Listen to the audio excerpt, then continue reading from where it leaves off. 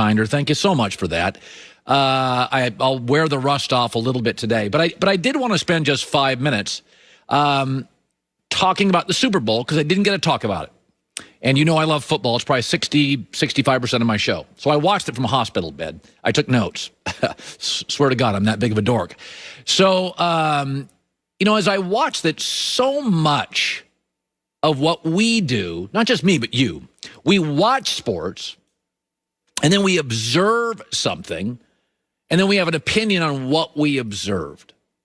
And as I sat there watching it from a hospital bed, sweating, it's part of the medication, notes, no distraction, I'm fascinated with Tom Brady. And I always have thought he's a great leader, but it's beyond that. There's a lot of great athletes, lots in all sports. There's a handful of great leaders. And then there's this inspirational thing that you can't quite quantify, where it's the you don't want to disappoint somebody. Brady has the rare ability to play poorly in stretches, 3 interceptions second half at Lambeau, and he never loses it.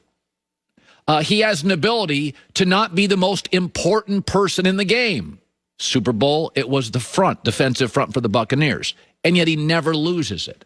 That so much of what Brady does is hard to quantify, is that he has the ability, and I grew up watching a lot of great broadcasters, and I always thought Oprah was the best at this.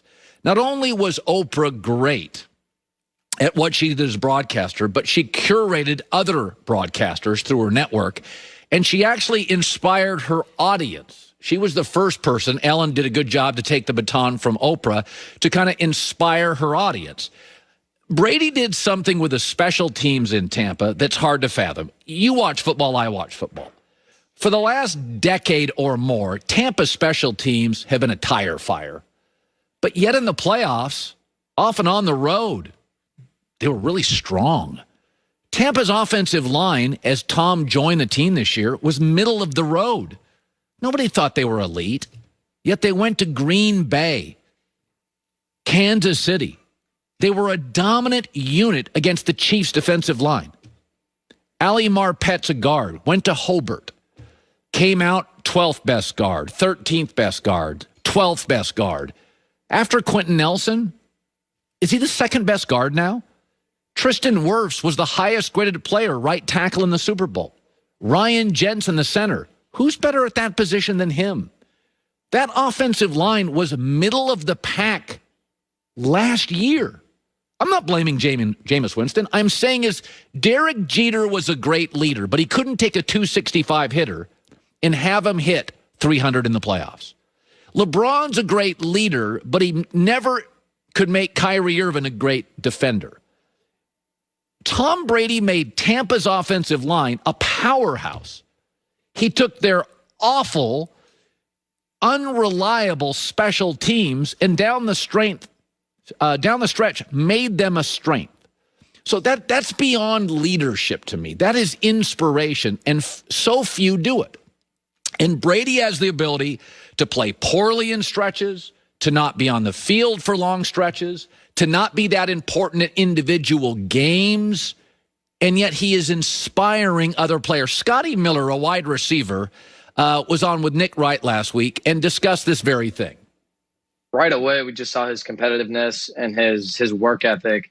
I always say that it's just a testament to who he is. He's outworking. He's done everything you could possibly do in the sport. Everything you could dream of doing, he's done it. The best to ever do it. And he's still out there at 43 years old. I think he is outworking everybody. But then as far as that fiery side, I mean, we saw that right away, even with us when we weren't running the right routes, just getting on us, but in a positive way too, because he wants to get the best out of you. He wants to get the most out of you. This was not a talent story. And to prove it, go back to week 13.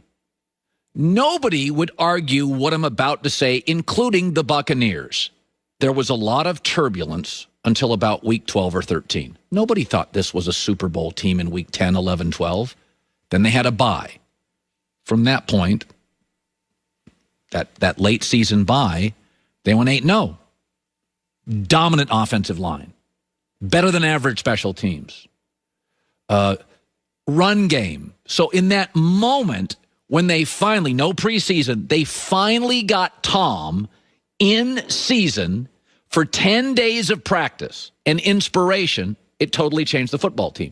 Of course they weren't good in September, October. They had no preseason. It wasn't until they got a bye at the end of the year or near it, and Tom could teach and mentor. That goes beyond leadership. And so much, you always hear stories about people only use 10% of their brain, with rare exceptions. You hear stories about people can lift a car or lift weight. That's not about leadership. You're being inspired by something. Maybe it's fear. Maybe it's the fear of losing a child. Maybe it's the fear of gaining something. Whatever it is. When I sat in that hospital bed and I watched that game, so much of what we all do with football is watch, observe, and comment. And so much of what Brady does is not on television. You can't quantify it.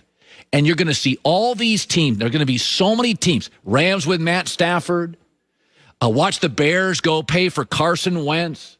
And the Jags are going to draft Trevor Lawrence. And they think it's going to be this magic elixir. It's going to solve all their issues. And they may be better at quarterback. But the big arm and the mobility and all the hype, I can see all that. What Brady does, I often can't. All right, so I was off for just a week, and Russell